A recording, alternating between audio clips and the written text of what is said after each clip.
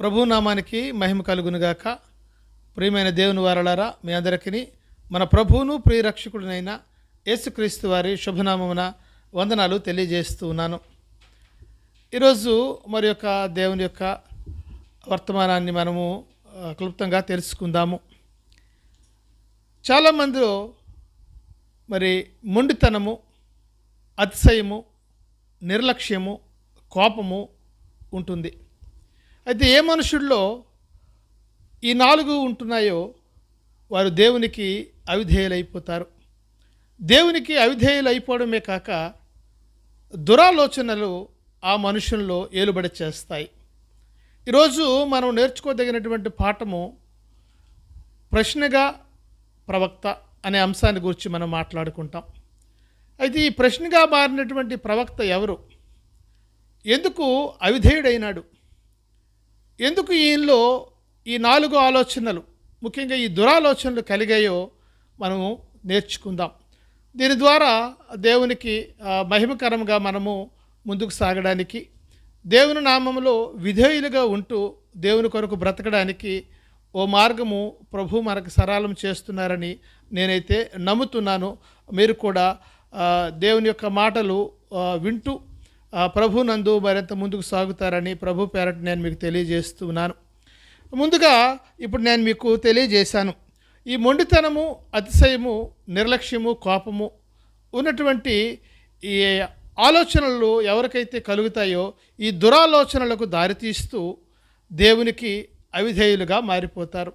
ఆ అవిధేయులుగా మారిపోతూ దేవుని అందలి విశ్వాసపాత్రులుగా కాక సొంత నిర్ణయానికి, సొంత ఆలోచనలకు తలొగ్గుతూ జీవితాల్ని ముందుకు సాగనంపుతున్నటువంటి వ్యక్తులుగా ఉంటారు. ఇప్పుడు మనం చూస్తున్నటువంటి ఆ ప్రవక్త ఎవరంటే ప్రియులారా, యోనా అని మనం తెలియజేస్తున్నాను. యోనా అనగా మరి గువ్వ అని, పావురమని ఆయనకున్నటువంటి పేరుకి ఆధారంగా మనము చూస్తాము. అయితే ప్రభు అయిన యేసుక్రీస్తు వారు మరి తనతో పోల్చుకున్నటువంటి ఒకే ఒక ప్రవక్తగా మనం ఇప్పుడు లేఖన భాగాల్లో కూడా ఆయన్ని గురించి మనం చూస్తాము.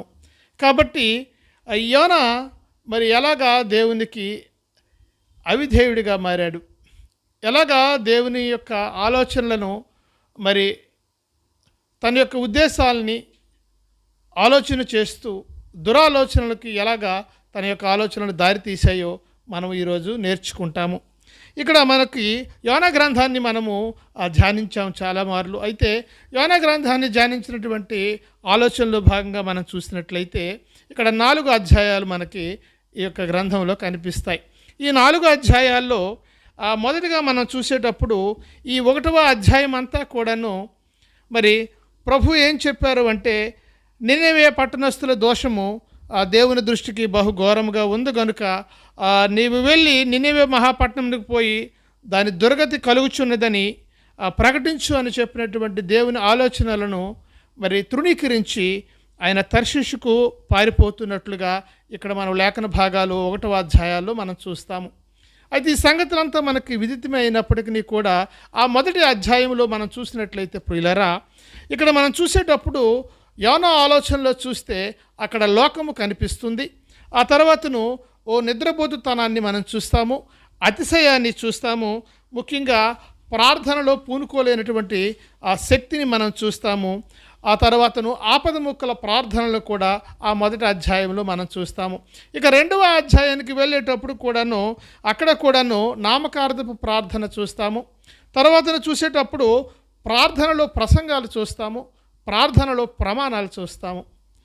ఈ ఆలోచనతో పాటు 3వ అధ్యాయానికి వచ్చేటప్పుడు బాధ్యతారాహిత్యాన్ని చూస్తాము.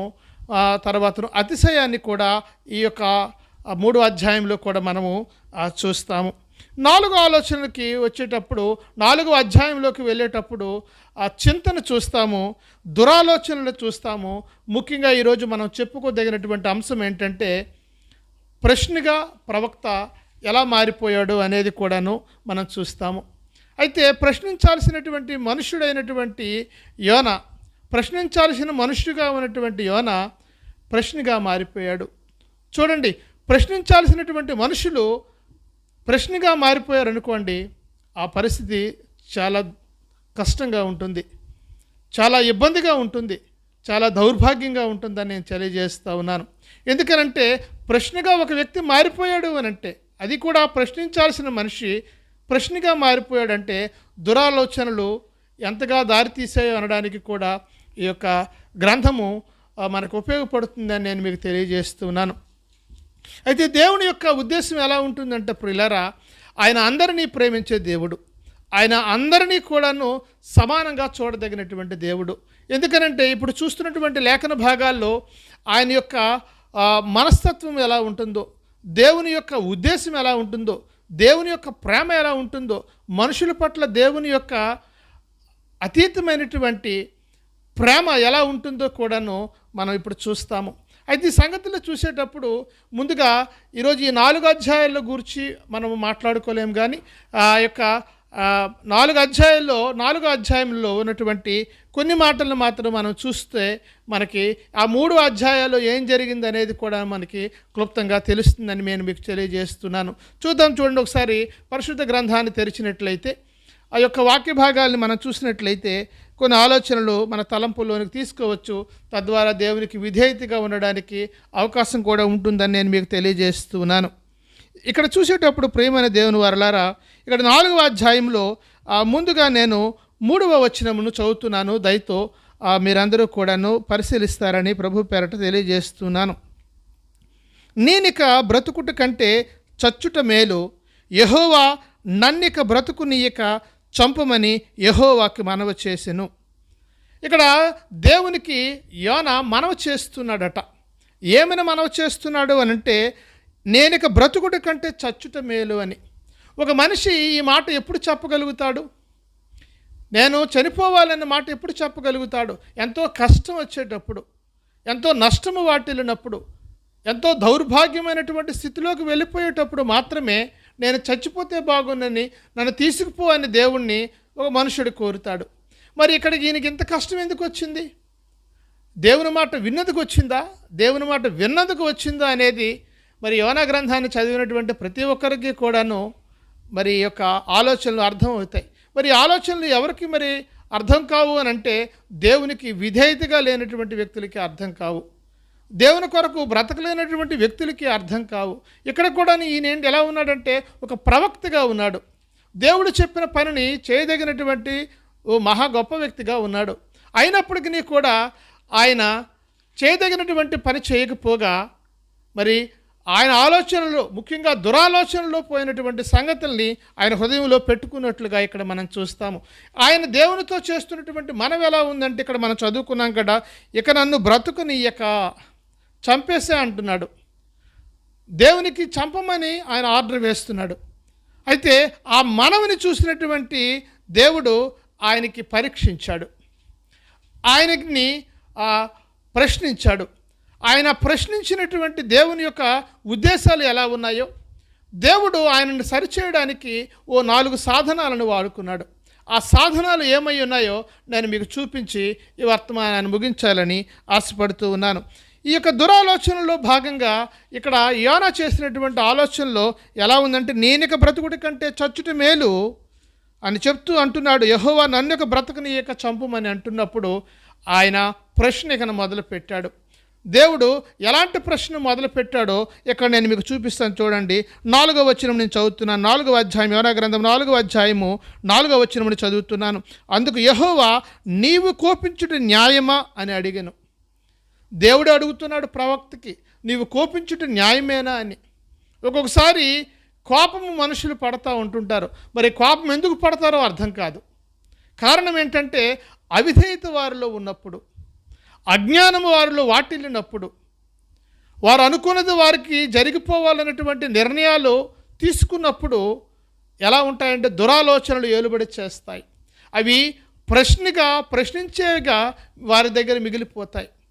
నేనేమంటానంటే ప్రియమైన దేవుని వారలారా, ఒక వ్యక్తి ప్రశ్నించదగినటువంటి వ్యక్తిగా దేవుడు ఉంచినప్పుడు, ప్రశ్నించాలని దేవుడు నిర్ణయించి నడిపించినప్పుడు, ప్రశ్నించడానికి ఆయన సిద్ధపరిచినప్పుడు ప్రశ్నగా ఆ వ్యక్తులు మారిపోకూడదు. అంతకంటే దౌర్భాగ్యం ఇంకొకటి లేదని మరోమారు నేను తెలియజేస్తున్నాను. ఇక్కడ ఆయన అడుగుతున్నాడు దేవుడు, ఇక్కడ చూస్తే అందుకు యెహోవా నీవు కోపించుట న్యాయమా అని అడిగాను. ఇక్కడ అడిగేటప్పుడు ఆయన ఇస్తున్నటువంటి సమాధానం కూడా మనము చూస్తాము. అయితే చూసినటువంటి సంగతుల్లో చూసేటప్పుడు ఇక్కడ మనం చూసేటప్పుడు ప్రియులారా, ఇక్కడ దేవుని యొక్క ఉద్దేశం కూడా ఎలా ఉంది అంటే, ఆయన 4 సాధనాలను కూడా వాడుకుంటూ ఆయనను సరిచేయడానికి కూడా ఇష్టపడతాడు. ఒక వ్యక్తి నశించిపోవడం దేవుడికి ఇష్టం ఉండదు. ఒక వ్యక్తి కోపగించుకోవడం దేవునికి ఇష్టం ఉండదు. ఒక వ్యక్తి శపించుకోవడం దేవునికి ఇష్టం ఉండదు. ఒక వ్యక్తి అతిశయంతో ఉండటం దేవునికి ఇష్టం ఉండదు. ఒక వ్యక్తి నిర్లక్ష్యంగా బ్రతకడం దేవునికి ఇష్టం ఉండదు. ఒక వ్యక్తి పూర్తిగా కూడాను మొండితనంగా బ్రతకడం దేవునికి ఇష్టం ఉండదు. మరి దేవునికి ఏది ఇష్టము అని అంటే సరిచేసుకొని బ్రతకడం దేవునికి ఇష్టం. ఈరోజు ఈ గ్రంథంలో మనం చూసేటప్పుడు దేవుడు ఏం చేశాడంటే, యోనాని ఆ యొక్క నినివే పట్టణానికి వెళ్ళి అక్కడ పట్టణస్థుల దోషము బహుఘోరముగా ఉందని ప్రకటించమన్నప్పుడు ఈయన తర్షీషు పట్టణానికి పోవడము ప్రధానమైనటువంటి తప్పిదంగా మనం చూస్తాము. అక్కడ నుండి నేను మొదటగా మీకు చెప్పినట్లుగా ఎన్నో అవిధేయతలు, ఒక్కొక్క ఆలోచనలు చూపించేటప్పుడు దేవుడు ఒక మారు కాకుండా 2 మార్లు కూడా ఆయనకు ఆ పట్టణానికి పంపిస్తూ ఆయన యొక్క ఆలోచనలు ఆ ప్రజల పట్ల ప్రకటించమని చెప్పినప్పుడు ఈయన 2 మార్లు కూడాను వెళ్ళినట్లుగా కూడాను మనం లేఖన భాగాల్లో చూస్తాం. అయితే ఈ సంగతులను ఎరిగినటువంటి మనము ధ్యానించవలసినటువంటి సంగతి ఏంటంటే, దేవుడు యోనాతో మాట్లాడడానికి ప్రశ్నగా మారిపోయినటువంటి యోనాను ప్రశ్నించే ప్రభువు 4 సాధనాలను వాడుకుంటున్నట్లుగా ఇక్కడ మనం చూస్తాము. ఆ 4 సాధనాలు ఏంటంటే ఇక్కడ మనం చూస్తాం ప్రియులారా, 1వ అధ్యాయము 17వ వచనంలో చూసేటప్పుడు అక్కడ గొప్ప మత్స్యము ఒకటి యోనాను మృంగవలనని యెహోవా నియమించి ఉండగా యోనా 3 దినములు ఆ మత్స్యము యొక్క కడుపులో ఉన్నట్లుగా ఇక్కడ మనం వాక్య భాగాన్ని మనం చూస్తున్నాము. అయితే ఒక వ్యక్తి మారినప్పుడు, ఒక వ్యక్తి దేవునికి లోబడినప్పుడు దేవుడు చేసే మొదటి కార్యం ఏంటంటే వారిని సరిచేయడానికి దేవుడు ఇష్టపడతాడు. ఆ సరిచేసే క్రమమే 3 దినాలు ఒక గొప్ప మత్స్యము యొక్క కడుపులో యోనాను ప్రాణాలతో దేవుడు ఉంచటం. ఎందుకంటే ఒక వ్యక్తిని దేవుడు నిర్ణయించాడంటే, ఒక వ్యక్తిని దేవుడు తన ఉద్దేశ ప్రకారం నడిపిస్తున్నాడంటే, ఒక వ్యక్తిని దేవుడు తన ప్రేమ చొప్పున కనికరించి అనేకులకు ఆయన తలగా ఉంచి ఆ యొక్క వ్యక్తిని ఆదరిస్తూ సాక్షిగా ఉంచుతున్నాడు అంటే దేవుని ఉద్దేశాలు గొప్పగా ఉంటాయి. అయితే ఆ ఉద్దేశాలు మనుషులకి అర్థం కాక ఎలా ఉంటాయంటే, వారి సొంత ఆలోచనలోను, వారి సొంత దురాలోచనలోను వారి యొక్క పనితనం అంతా జరిగిపోవాలని మనుషులు తలంపులతో ఉంటారు. అందుకే దేవుని ఉద్దేశాలు మనం ఎరగలేము. ఇక్కడ మాటలు చూసేటప్పుడు ఈ 1:17లో చూసేటప్పుడు ఏమని వ్రాయబడి ఉందంటే, గొప్ప మత్స్యము ఒకటి యోనాను మృంగవలనని యెహోవా నియమించుండగా యోనా 3 దినములు ఆ మత్స్యము యొక్క కడుపులో ఉన్నట్లుగా ఉంటాము. మొదటిగా నేను మీకు తెలియజేశాను, ప్రభు అయిన యేసుక్రీస్తు వారు మరి తనతో పోల్చుకున్నటువంటి ఆ ప్రవక్త అంటూ ఎవరున్నారు అని అంటే అది యోనా గారు. ఎందుకు ఆ మాట చెప్పానంటే, ఈయన ఎలాగ 3 దినములు మత్స్యము కడుపులో ఉన్నాడో ఇక్కడ మనం చూద్దాము. అలాగే యేసుక్రీస్తు వారు కూడా 3 దినములు ఎలా ఉన్నారు సమాధిలో, ఎక్కడ ఉన్నారు అనేది కూడా ఆయన మాటల్లోనే చూద్దాం. చూడండి ఒకసారి మత్తయి సువార్త 12వ అధ్యాయము 40వ వచనం నేను మీకు చూపిస్తున్నాను. యోనా 3 రాత్రింబగళ్ళు తిమింగలం కడుపులో ఎలాగుండునో అలాగు మనుష్య కుమారుడు 3 రాత్రింబగళ్ళు భూగర్భములో ఉండును అని వ్రాయబడి ఉంది. భూగర్భములో ఉన్నట్లుగా మనుష్య కుమారుడు అయినటువంటి ప్రభు అయిన యేసుక్రీస్తు వారు కూడా యోనా వలె కూడా ఉన్నారు అని ఇక్కడ శాస్త్రులు పరిశీలితో ఆయన చెప్తున్నటువంటి విధానాన్ని మనం చూస్తాము. అంటే ఆయనతో యేసుక్రీస్తు వారితో మరి పోల్చుకున్నటువంటి ప్రవక్తగా యోనాను కూడాను ఇక్కడ లేఖన భాగాలు మనకి చూపబడుతూ ఉన్నాయి. కాబట్టి చూసేటప్పుడు మొదటిగా దేవుడు ఏం చేశాడు, ఒక మనిషికి అప్పగించినటువంటి పని చేయకపోయినప్పుడు ఆయన పరీక్షించడానికి, పరిశోధించడానికి, తగిన ఆలోచనను తగిన బుద్ధి చెప్పడానికి ఆ మనిషినే వాడుకోవాలని నిర్ణయించుకున్నప్పుడు దేవుని ఉద్దేశాలు మొదటగా ఎలాగ బయలుపరచబడ్డాయంటే ఆ 1వ అధ్యాయం యోనా గ్రంథము 17వ వచనంలో మనం చూసేటప్పుడు ప్రియులారా, ఒక మత్స్యాన్ని దేవుడు వాడుకున్నాడు. ఎందుకనంటే ఆ అధ్యాయం అంతా మనం చదివేటప్పుడు ఆయన తర్షీషు పట్టణానికి పోయి ఆ వాడ ఎక్కి వెళ్ళిపోతున్నప్పుడు అక్కడ జరిగిన సంగతులన్నీ కూడా 1వ అధ్యాయం మీరు చదివినట్లయితే అక్కడ చాలా విషయాలు మనకి బోధపడతాయి. అక్కడ పెద్ద తుఫాను రేగేటట్లుగా, మరి పూర్తిగా కూడాను ఆ వాడలో ఉన్నటువంటి అందరూ కూడా మునిగిపోతున్న సందర్భం కూడా అక్కడ మనం చూస్తాము. ఈ యొక్క ఆలోచనలో పూర్తిగా కూడాను దేవుని యొక్క ఉద్దేశము నెరవేర్చబడడానికి ఆ మత్స్యము కడుపులో ఆయన 3 రాత్రింబగళ్ళు కూడా ఉన్నట్లుగా, అది ప్రాణాలతో ఉన్నట్లుగా మనం చూస్తాము ఇక్కడ లేఖన భాగం. ఇది మొదటి ఆలోచన, ఆయనను రక్షించడానికి, ఆయనను వాడుకోవడానికి దేవుడు ఉంచినటువంటి సంగతిగా చూపిస్తే, ఇక్కడ రెండో ఆలోచనను చూసేటప్పుడు ఒక స్వర చెట్టును కూడా దేవుడు వాడుకున్నట్లుగా ఇక్కడ మనం చూస్తాం. ఇదే 4వ అధ్యాయంలో చూసేటప్పుడు 4వ అధ్యాయము 6వ వచనము నేను మీకు చదివి వినిపిస్తున్నాను, దయతో చూడండి. దేవుడైన యెహోవా సొర చెట్టు ఒకటి ఏర్పరిచి అతనికి కలిగిన శ్రమ పోగొట్టుటకై అది పెరిగి యోనా తలపైగా నీడ ఇచ్చినట్లు చేసెను. ఆ సొర చెట్టును చూచి యోనా బహు సంతోషించును అన్నట్లుగా ఇక్కడ వాక్యం మనము చూస్తున్నాము. ఇక్కడ చూసేటప్పుడు ఆ సొర చెట్టు ఒకటి ఎలాగా కలిగిందట, ఆయన శ్రమ పోగొట్టుకునడానికి కూడాను యోనా తలకు పైగా నీడనిచ్చినట్లుగా దేవుడు అక్కడ ఉంచాడు. అయితే అక్కడ వాక్య భాగం మనం చూసేటప్పుడు అక్కడ 5వ వచనం చూసేటప్పుడు యోనా ఆ పట్టణంలో నుండి పోయి తూర్పు తట్టును బస చేసి అచ్చట పందిలి ఒకటి వేసుకుని పట్టణముకు ఏమి సంభవించినో చూచెదనని ఆ నీడన కూర్చున్నట్లుగా చూస్తాము. ఆ నీడలో ఉన్నప్పుడు దేవుడు ఏం చేశాడంటే ఆయనకు ఒక సొర చెట్టు ఒకటి ఏర్పాటు చేశాడు. ఈ సొర చెట్టు దగ్గర ఆయన శ్రమంతా పోయినట్లుగా, ఆయనకు నీడ తగిడి ఆయన యొక్క చల్లదనం కూడా నీడన ఉన్నట్లుగా కూడా ఇక్కడ వాక్య భాగం మనం చూస్తున్నాము. ఇది రెండవదిగా స్వర చెట్టుని కూడా దేవుడు ఏర్పాటు చేశాడు. దీని ద్వారా ఆయనకు శ్రమంతా పోయేటట్లుగా కలిగినట్లుగా ఇక్కడ మనం చూస్తున్నాము. మూడో ఆలోచన చూసేటప్పుడు ఒక పురుగును దేవుడు ఏర్పాటు చేసుకున్నాడు. ఆ పురుగు ఎలా ఉందట చూడండి. 4వ అధ్యాయం యోనా గ్రంథం 4వ అధ్యాయము 7వ వచనం చదువుతున్నాను. మరుసటి ఉదయమందు దేవుడు ఒక పురుగును ఏర్పరచగా అది ఆ చెట్టును తొలిచినందున చెట్టు వాడిపోయిను అన్నట్లుగా ఉంది. రెండో రోజు ఏం చేశాడంటే దేవుడు ఆ మరుసటి ఉదయమందు దేవుడు ఒక పురుగును ఏర్పాటు చేసి ఆ చెట్టును తొలిచినట్లుగా దేవుడే చేశాడు. దేవుడు ఏం చేయగలుగుతాడంటే ఆయన మనుషులను ఎలా సరిచేయగలిగే దేవుడో ఇక్కడ మనకి స్పష్టంగా అర్థమవుతుంది. ఇప్పుడు నేను ఇంకా మీకు చెప్పబోతా ఉన్నాను. ఎందుకనంటే ఆ చెట్టుని ఏర్పాటు చేసినటువంటి దేవుడు ఒక పురుగును కూడా ఏర్పాటు చేసి ఆ చెట్టును తొలగించేటట్లుగా, ఆ చెట్టు పూర్తిగా కూడాను పోయేటట్లుగా కూడాను చూపించాడు. ఎందుకు చూపించాడో మీకు అర్థమవుతుంది. తర్వాత నేను ఆ భాగాన్ని మీకు చూపిస్తాను. ఆ తర్వాత చూసేటప్పుడు వేడిగల తూర్పు గాలిని కూడా దేవుడు ఇక్కడ వాడుకున్నట్లుగా చూస్తాము. ఇదే యోనా గ్రంథం 4వ అధ్యాయము 8వ వచనాన్ని చూసేటప్పుడు ఇక్కడ ఒక మాటను మీకు చూపిస్తున్నాను చూడండి. మరియు ఎండకాయగా దేవుడు వేడిమి గల తూర్పు గాలిని రప్పించును.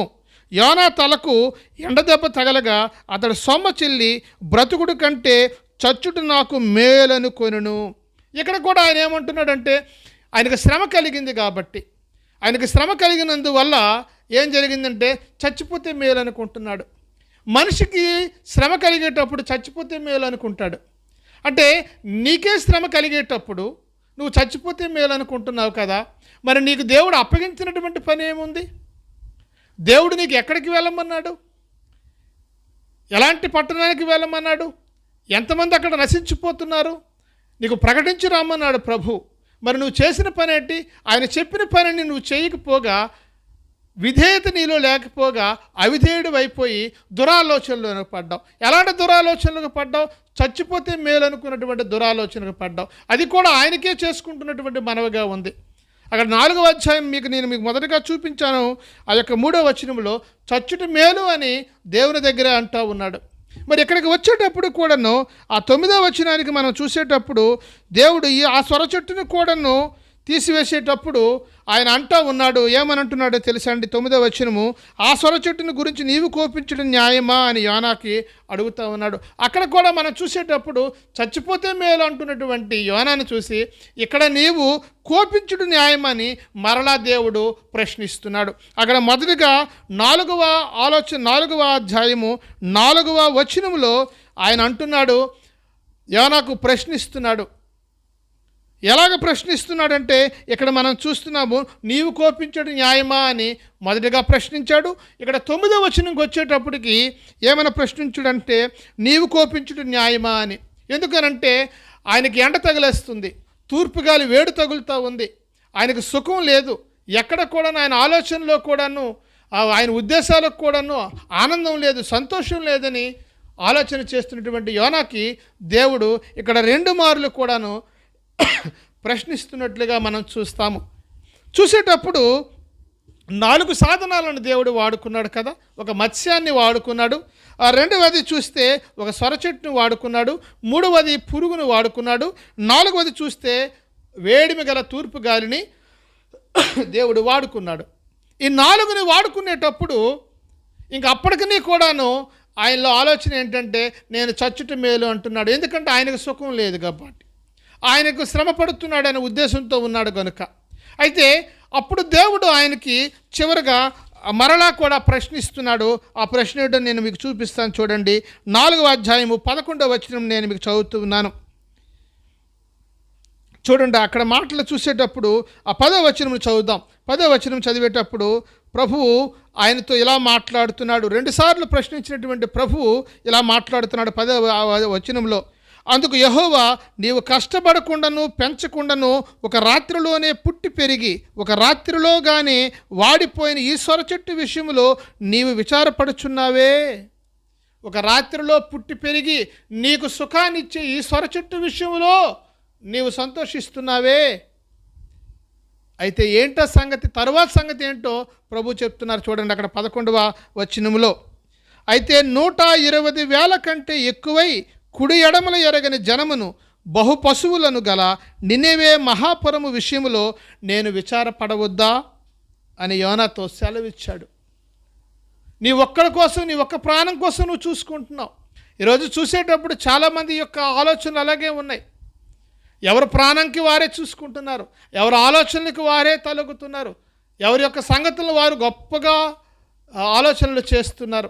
దేవుడు చెప్పే పని ఒకటి, మనుషులు చేస్తున్న పని ఒకటి. అయితే దేవుడు విడిచిపెట్టడు. దేవుడు ఆలోచన ఎలా ఉంటాయంటే, ఒక మనిషికి నిర్ణయించాడంటే, ఒక మనిషికి ఒక పని అప్పచెప్పాడంటే ఖచ్చితంగా పని చేయాల్సిందే. ముందంతా ప్రభువా నేను చేస్తానని చెప్పదగినటువంటి మనుషులు తర్వాత ప్రభువా నాకు సంబంధం లేదు, నాకు బాధ్యత లేదు, నా ఉద్దేశాలు అలాగలేవు అంటే ఇక్కడ వీలు కాదు. దేవుని ఉద్దేశాలు గొప్పగా ఉన్నాయి. అయితే ఇంతకీ ఈయన ఎందుకు చచ్చిపోతానంటున్నాడు, అది మనం ముందు మాట్లాడుకోవాలి. ఇంతకీ ప్రభు ఇక్కడ 3వసారి 11వ వచనంలో కూడా ప్రశ్నించాడు చివరిగా ఆయనకి. అంటే అక్కడ మనం చూస్తే 4వ అధ్యాయము 4వ వచనంలో ప్రశ్నించాడు యోనాకి, 9వ వచనంలో ప్రశ్నించాడు యోనాకి, 11వ వచనంలో ప్రశ్నిస్తున్నాడు యోనాకి. ఈ 3 వచనాల్లో యోనాను ప్రశ్నిస్తున్నటువంటి దేవుడు ఎందుకు ప్రశ్నిస్తున్నాడంటే ఆయన చచ్చిపోతానంటున్నాడు. ఎందుకు చచ్చిపోతున్నాడు అంటే దేవుడట ఎలాంటి ఆలోచనలతో ఉన్నాడో ఆ ఆలోచనల్ని నెమరు వేసుకుంటూ, ఆ ఆలోచనల్ని, ఆ ఉద్దేశాలని ఎరిగి దురాలోచనలకు గురైపోయి ఆ మాట చెప్పగలిగాడు. అసలు ఎందుకు దేవుడి యొక్క ఉద్దేశం ఏంటో, దేవుడి మనస్సు ఏంటో ఈ మాట నేను చెబుతాను. చూడండి, దేవుడి మనస్సు ఎలాగుందో తెలుసా? 4వ అధ్యాయము అక్కడ 2వ వచనం చదువుతున్నాను. యెహోవా, నేను నా దేశముందుండగా ఇట్లు జరుగునని నేను అనుకుంటుని కదా, అందువలన నీవు కటాక్షమును జాలియును బహుశాంతమును అత్యంత కృపయు గల దేవుడివై ఉండి పశ్చాత్తాపపడి కీడు చేయక మానుదువని నేను తెలుసుకొని దానికి ముందుగానే తర్శీషునకు పోతిని. అంటే ఆయన ఉద్దేశం ఎలా ఉంది అంటే, నీవు మనుషులను మారుస్తావు. ఎలాగ మారుస్తావంటే పశ్చాత్తాపం ప్రకటిస్తే నువ్వు మారిపోతావు. ముఖ్యంగా నీలో శాంతి ఉంది, నీలో ప్రేమ ఉంది. ముఖ్యంగా చూస్తే అతి కృపయు గల దేవుడు నీవు ఈ విషయాల్లో చూసేటప్పుడు నువ్వు మారిపోతావు. నీ ఉద్దేశాలు నాకు తెలుసు, నువ్వు ఏది చేయాలనుకున్నావో చెయ్యవు. నువ్వు వాళ్ళందరూ కూడా నువ్వు నశించిపోవాలి అని అన్నావు కదా, మరి వాళ్ళు నశించిపోవడము ఆలోచనలకు చూసేటప్పుడు నువ్వు ఆ నిర్ణయం తీసుకోవాలని నేను తర్షీషునకు పారిపోతున్నానని తిరుగు దేవుని దగ్గర ప్రశ్నిస్తున్నాడు. ప్రశ్నిస్తున్నటువంటి వ్యక్తి ప్రశ్నగా మారిపోయాడు. ప్రశ్నించాల్సినటువంటి వ్యక్తి ప్రశ్న అయిపోయాడు.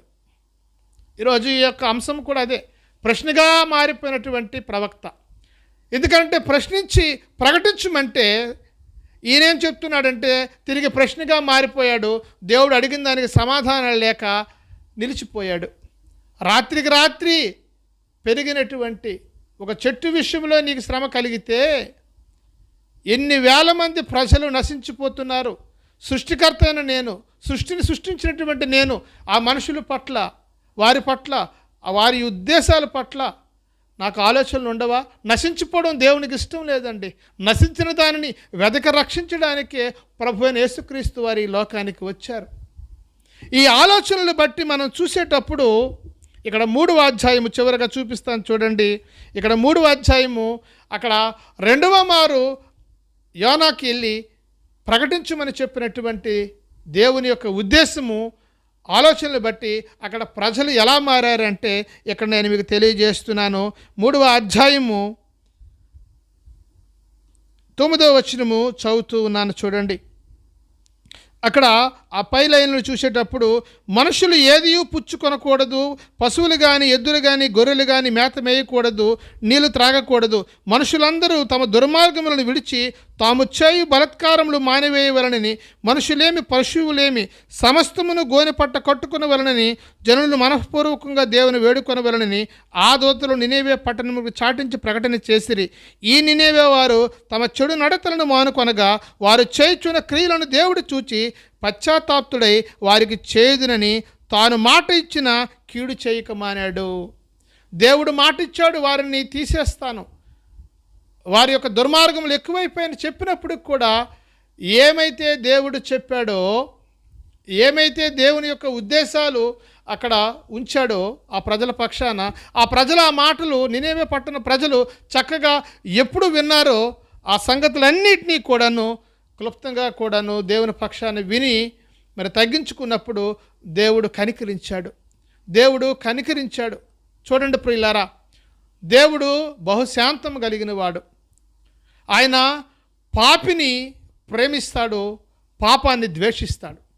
పాపిని ప్రేమిస్తాడు, పాపాన్ని ద్వేషిస్తాడు. కాబట్టి నువ్వు ఎంతటి పాపములున్నా దేవుని దగ్గర పశ్చాత్తాపం పడినప్పుడు, నువ్వు ఎలాంటి ఘోరమైనటువంటి పరిస్థితుల్లో నువ్వున్నా దేవుని దగ్గరికి వచ్చి గోజాడినప్పుడు దేవుడు ఖచ్చితంగా నిన్ను ప్రేమించడానికి సిద్ధంగా ఉన్నాడు. ప్రయాసపడి భారం మోయిచున్న సమస్త జనులారా నా యొద్దకు రండి, నేను మీకు విశ్రాంతి కలుగు చేస్తానని ప్రభు తెలియజేస్తున్నారు. అయితే ఈ ప్రజలు ఇలాగ గోనె పట్ట కట్టుకొని దేవుని దగ్గర గోజాడి పశ్చాత్తాపడి మారు మనస్సు పొంది దేవుని దగ్గర కనికరించమని గోజాడేటప్పుడు ఆ సంగతులు యోనాకు నచ్చలేదు. అప్పుడు దేవుడు ఆ మనుషులను చూచి శాంతి ప్రేమను కనబరిచి వారిని రక్షించినప్పుడు, ఇలా నువ్వు చేస్తావని నాకు తెలిసే నేను తర్షీషుకు పారిపోతున్నానని ప్రభువునకు ఆయన వ్యతిరేకంగా మాట్లాడుతూ, అవిధేయతలో బ్రతుకుతూ, దురాలోచనలు చేస్తూ ప్రశ్నగా యోనా మారిపోయి నేను చచ్చిపోతే మేలని ప్రకటిస్తున్నాడు. అయితే నువ్వెందుకు చచ్చిపోతావు? చచ్చిపోవడం న్యాయమా? ఇదిగో నీ ఒక్కడి ఆలోచనలు కాదు, నీ ఒక్కడి ప్రేమ కాదు, నీ ఒక్కడి యొక్క ఉద్దేశాలు కాదు అని తెలుసుకోదగినటువంటి సంగతుల్ని మనం చూడాలి. కాబట్టి ప్రియమైన దేవుని వారలారా, దేవుని ఉద్దేశాలని మనం తెలుసుకొని, దేవుని యొక్క సంగతులను మనం తెలుసుకొని ముందుకు సాగడానికి మనం ముందుకు వెళ్ళాలని దేవుని పేరట నేను మీకు తెలియజేస్తున్నాను. ప్రభువు ప్రేమిస్తున్నాడు. ఎలా ప్రేమిస్తున్నారు అంటే ఇక్కడ చివరిగా ఈ మాట ఉంది. ఆయన చూసారా, ఆ 11వ వచనంలో 4వ అధ్యాయం 11వ వచనంలో చెప్తున్నారు. ఏమని చెప్తున్నారో తెలుసా? కుడి ఎడమలు ఎరగిన జనములు బహు పశువులు గల నినివే పట్టణపురం విషయంలో విచారపడవద్దా అని చెప్పినటువంటి ప్రభువు యోనాతో అంటున్నారు. అనేకుల కొరకు కూడాను దేవుడు ఈ లోకానికి మనుష్య కుమారుడిగా వచ్చి ప్రాణం పెట్టాడు. నిన్ను నన్ను ప్రతి ఒక్కరిని ప్రేమించడానికి ఆయన సిద్ధంగా ఉన్నాడు. కాబట్టి దేవుని యొక్క ఉద్దేశాలను ఎరగండి, దేవుని దగ్గర పశ్చాత్తాపడండి, దేవుని చెప్పిన పని చేయండి, దేవుని కొరకు బ్రతకండి, దేవుని ప్రకటించండి. దేవుడు మిమ్మల్ని మీ కుటుంబాల్ని దీవించునుగాక. ప్రార్థిద్దాం. ప్రేమ నమ్మకం కలిగిన మా తండ్రి, నీకు వందనాలు చెల్లిస్తున్నాను. నీ పరిశుద్ధ ప్రేమకు స్తోత్రాలు నాయన. మరి యోనా యొక్క తండ్రి ఉద్దేశాలని మా మధ్యలో మీరు ఉంచారు. నా ప్రభు, ఇదిగో నాయన, ఆ ఉద్దేశాలను ఎరిగి మరి మేము కూడా నాయన సరిచేయదగినటువంటి వ్యక్తులుగా ఉండడానికి, నీ కొరకు నమ్మకంగా బ్రతికి మీరు అప్పగించిన పనిని ప్రకటించడానికి నీ కృప మాకు ఉంచండి. నా ప్రభు, నీ నామానికి మహిమకరంగా మమ్మల్ని వాడుకోనండి. యేసు పేరట ఈ ప్రార్థన అడిగి వేడుకుంటున్నాము తండ్రి. Amen. Amen. Praise the lord. అందరికీ వందనాలు. Thank you.